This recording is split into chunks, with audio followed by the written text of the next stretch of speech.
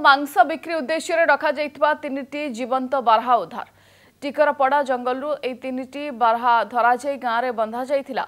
बैपारीगुड़ा वनांचल कार्यालय Dasmantpur beat one अधिकारी चढ़ऊ कर बारहा को उद्धार करिसेंती।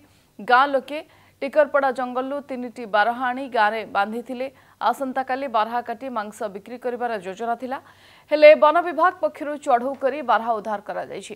तेबे राति होइथिबारु बारहा शिकारी को गिरफ करा जाय पारेनी।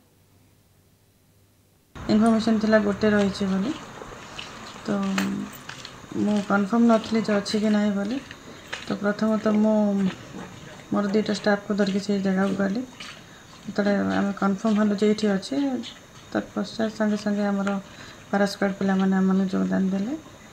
रेस्क्यू को जो गोटे बारिया आम रेस्क्यू करके आनलु।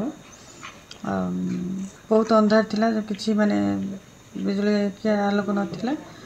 पर इनफॉरमेशन पाइलु जे से पाखापाखी गाँ भितर आउ दुईटा अच्छे बोली तो आम आउ दुईटा बारिया भी मोटामोटी भाव 3टा बारिया रेस्क्यू करके आनीचु। बर्तमान बैपारीगुड़ा रेंज ऑफिसर से अच्छे।